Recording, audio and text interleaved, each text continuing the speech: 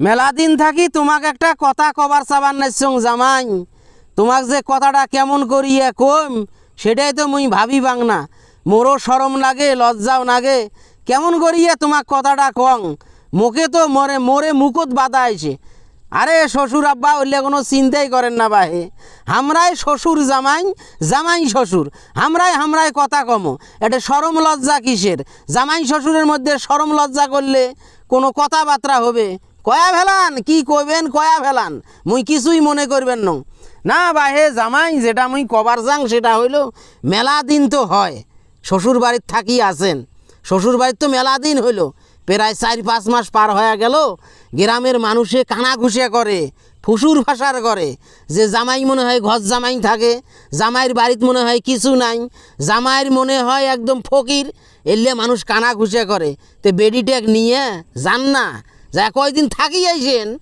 আরে শ্বশুর আব্বা তোমরা তো সাংঘাতিক লোক বাহে, সিরিয়াস লোক দেখো। মানুষের কথার গোষ্ঠিক মারি আমরা শ্বশুর জামাই, জামাই শ্বশুর যদি ঠিক থাকি মানুষের কথা পেলি আমরা গোষ্ঠিক মারি, খেতাপুরি মানুষের কথা। মানুষ কি কইলে, কি কানা ঘুষে করলে, কি ফুসবাজার করলে, ওগলে আমার কানত নিয়ে লাভ আছে বাহে? হ্যাঁ তোমরাই কন্ত।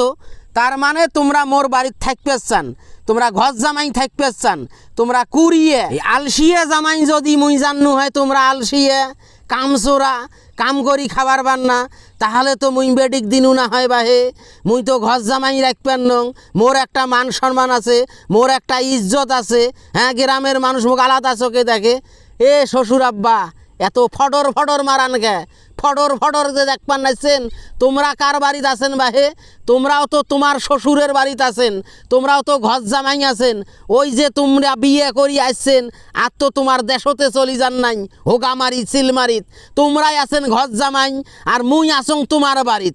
হ্যাঁ আমরা হইলাম শ্বশুর জামাই ঘর জামাই, এইটা হইল কথা। তোমরা তোমার শ্বশুর বাড়িতে আছেন, মুই মোর শ্বশুর বাড়িতে আসং। তোমরাও ঘর জামাই মুইও ঘর জামাই, এটা তো কাট টু কাট হয়ে গেল। এটা কুড়িয়ে আলসিয়ে এলে কি শুরু করে শালি মন্দির বেড়া মোর মোর মোর তো আর কোনো মানে মোর শালি নাই রে, মোর শালাও নাই। বুঝিস না কে রে তুই রে? মোর শালি মন্দির বেড়া, মোর শ্বশুরের একটাই বেডি, যার কারণে মোক জানি শুনিয়া এই বাড়িত ঘর জামাই রাখছে। মুই ওই জন্যে জানি শুনি ঘর জামাই আসং। আর তোর তো শালিয়ে আছে 4টে, শালা আছে 3টে, তুই কোন হিসাবে ঘর জামাই থাকিস? মোর শোভা পায়। ও নিজের বেলায় 16 আনা, মানুষের বেলায় 2 আনায়ও নাই। নিজে ঘর জামাই আছেন তাত মান সম্মান যায় না, আর জামাই যে তোমার বাড়িতে আছে ওটা তোমার মান সম্মান যায় না। চিরদিন তো আর থাকবেন নং, চিরদিন থাকবেন নং। মুই আনা বেপদত আসং, বেপদ কোনা পার হইলে তোমার বাড়ির মুই গোষ্ঠী মারং। হ্যাঁ শ্বশুর হয়া জামাই কয় ঘর জামাই ঘর জামাই, মানুষে তাহলে কি করবে? মানুষে তো আরও ফাটে ফেলাইবে কইতে কইতে এ শ্বশুর বাড়ির থাকে তার আবার ফটর ফাটর। শ্বশুরে যদি কয় মানুষে তো আরও সুযোগ পাইবে। মানুষ তো সুযোগ পাইবে, মানুষক সুযোগ করে দিবেন নাইছেন। তোমরা জুয়েন একটা মানুষ, জুয়েন একটা চ্যাংরা, তোমরা কামাই কাজ করি খাবেন, বউক নিয়ে থাকবেন, নিজের বাড়ির থাকবেন, মানুষে সাবাস দিবে বাহাবা দিবে, তাক না দিয়ে ঘরের কোনা সারাদিন শ্বশুর বাড়ির বউ নিয়ে। হ্যাঁ লজ্জা শরম কিচ্ছু নাই। অপমান করেন না বাহে শ্বশুর আব্বা, অপমান করেন না, পুরে অপমান করবেন নাইছেন, ডাইরেক্ট অপমান করবেন নাইছেন, বুঝছেন তো? থাকবেন নং, তোমার বেডিক নিয়ে যাই, কয়টা টাকা দেন? হ্যাঁ 6-7 হাজার টাকা দেন, যা কোনো একটা করি খাং, বোঝেন নাই? তাহলে দুর্নাম এলে শ্বশুর হয়ে দুর্নাম দিবেন নাইছে।